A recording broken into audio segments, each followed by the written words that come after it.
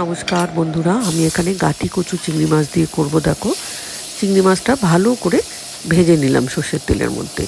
ভালো করে ভেজে নেওয়ার পরে ওই তেলেই আমি রাঁধুনি আর শুকনো লঙ্কা ফোড়ন দিয়ে দেবো। দেখো, রাঁধুনি দিয়েছি, খুব ভালো লাগে রাঁধুনি দিয়ে করবে বন্ধুরা।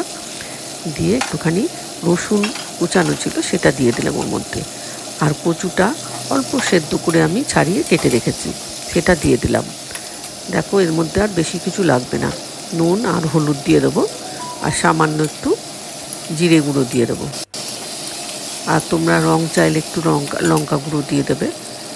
এই যে দেখো, লঙ্কা গুঁড়ো আর জিরে গুঁড়ো আমি একসঙ্গে জলে গুলে দিয়ে দিলাম ওর মধ্যে।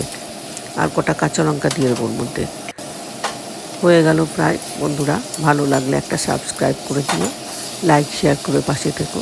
আর কেমন হলো আমার কচুর এই তরকারিটা একটুখানি কমেন্ট বক্সে কমেন্ট করে বলো। দেখো, সুন্দর হয়ে গেছে, সেদ্ধ তো ছিলই।